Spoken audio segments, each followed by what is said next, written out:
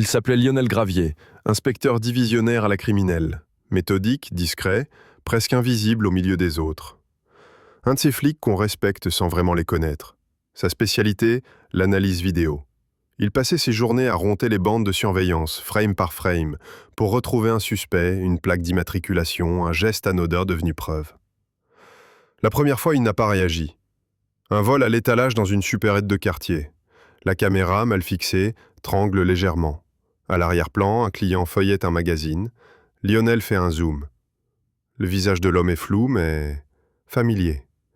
Même coupe de cheveux, même posture, même imperceptible clignement nerveux de l'œil gauche. Il sourit. Une simple coïncidence. La deuxième fois, il fronce les sourcils. Une rixe dans une station-service.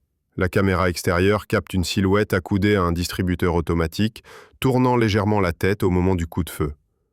Même profil. Même cicatrice à la tempe. Et bientôt, il commence à les chercher. À chaque vidéo, chaque dossier, un passant derrière une bagarre, un client qui sort d'un café juste avant un incendie, un reflet dans une vitrine. Toujours lui, toujours ailleurs.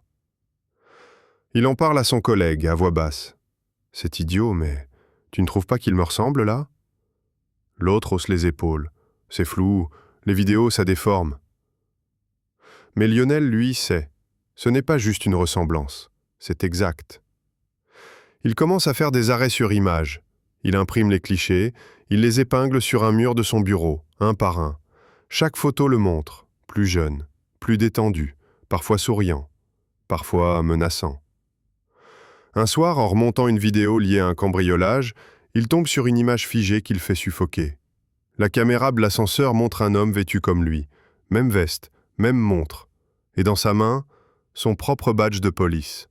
Il vérifie, son badge est bien là, dans sa poche, mais celui de la vidéo brille avec la même usure, la même rayure, identique. Cette nuit-là, Lionel rêve qu'il ouvre une porte et qu'une dizaine de versions de lui-même se retournent lentement, chacun avec une expression différente. L'un rit, l'autre pleure, le dernier lève un revolver. Il se réveille en sueur. Le lendemain, il reçoit une alerte. Un témoin clé a été aperçu sur une scène de crime filmée. Il ouvre le fichier vidéo. Il avance, il zoome. Et là, en pleine rue, tournant le dos à la caméra, on voit un homme s'éloigner.